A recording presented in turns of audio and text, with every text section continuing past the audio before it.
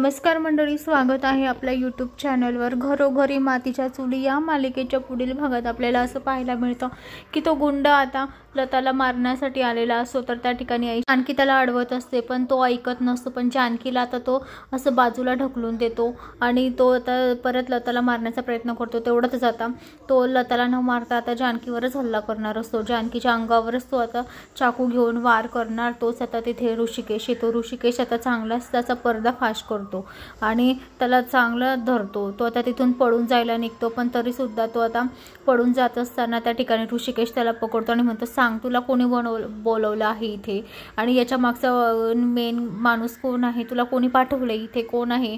तेव्हा तो काही सांगायला तयार नसतो, पण तरी आता चांगलेच कुत्र्यासारखी धुलाई करून ऋषिकेशने त्याच्याकडून आता वधवून घेतलेलं असतं। तेवढ्यातच आता तिथे ऐश्वर्या सुद्धा आलेली असते।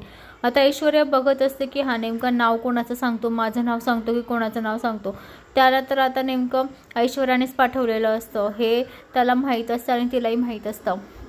पण तरी सुद्धा ऋषिकेश आता ऐश्वर्या देखतच आता म्हणतो की कोणी पाठवलंय तुला, सांग मला त्याचं नाव सांग।